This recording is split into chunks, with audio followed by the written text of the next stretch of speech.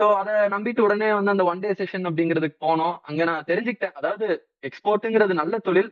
ஆனா அது இங்க கத்துக்கிறது கிடையாது. இவர்கிட்ட கத்துக்க முடியாது அப்படிங்கிறதுனால நான் தெரிஞ்சுக்கிட்டேன் அந்த இடத்துல. இதுல நெறைய இருக்கு அப்படிங்கிறத நான் புரிஞ்சுக்கிட்டேன். சோ நான் என்ன இன்னொரு விஷயம் அங்க பார்த்தேன் அப்படின்னா, என்ன மாரி அந்த ஒரு செஷன்ல ஒரு 2 ஹவர் செஷன்ல வந்து ஒரு 200, 300 பேராவது உட்கார்ந்திருப்பாங்க. அதுல எத்தன பேர் வந்து படிக்காதவங்க இருந்தாங்க அப்படின்னு எனக்கு தெரியல. எத்தன பேர் வந்து அதுல ஏமாற ரெடியா இருந்தாங்க அப்படின்னு தெரியல. எனக்கு இருந்த விவரம், நான் கொஞ்ச நாள் வேலை செஞ்ச விவரம், நான் தெரிஞ்சுக்கிட்டேன். இவர்கிட்ட இது சரி வராது. இவங்க நம்மள ஏமாத்த பார்க்குறாங்கன்னு தெரிஞ்சுக்கிட்டேன். பட் படிக்காதவங்க நெறைய பேர் அதுல இருந்திருப்பாங்க. கட்டாயமா இருந்திருப்பாங்க. அவங்க நெறைய ஏமாற ரெடியா இருந்திருப்பாங்க.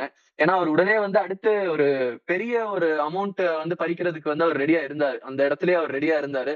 அத எத்தன பேர் குடுத்திருப்பாங்கன்னு எனக்கு தெரியல. அது குடுத்திருந்தா, அவங்க லாபம் அடைஞ்சிருந்தா அதுல நல்லதுங்க. சந்தோஷம். எனக்கும் சந்தோஷம்.